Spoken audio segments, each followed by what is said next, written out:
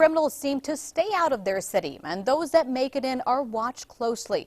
Rio Rancho police say that is why FBI statistics place their city as the safest to live in the state. News 13's Selena Westervelt has the details from the Newsplex.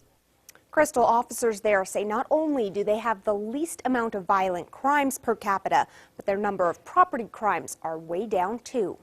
Statistically, we know that 90% of the crimes are committed by 10% of the perpetrators out there. And Rio Rancho Police Sergeant Nicholas Onken says his department monitors that 10% closely. It's not uncommon to have one of our officers just be out on patrol, recognize a vehicle, know who it belongs to, call dispatch and say, hey, do we have any warrants on so-and-so? He says by tracking those criminals, they're able to keep the city's crime rate at a minimum.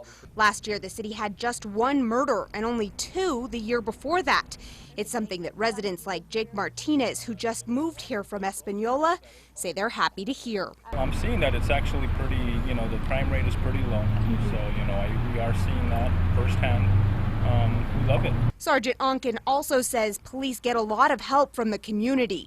He says residents trust the department and constantly call in tips, helping to deter crime. He also says traffic patrols are key. I've had it said to me time and time again on a traffic stop of a less than savory individual.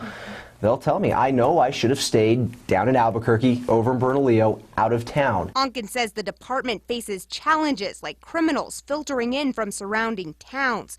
He also says Rio Rancho is working with one of the smallest staffs per capita, and they have to be creative to squeeze the most out of the department. That has consisted of revamping our patrol schedules to get more officers on the street. Now, the department is fully staffed with 128 officers. Compare that to Santa Fe, which has 160 officers and about 20,000 less people. Crystal?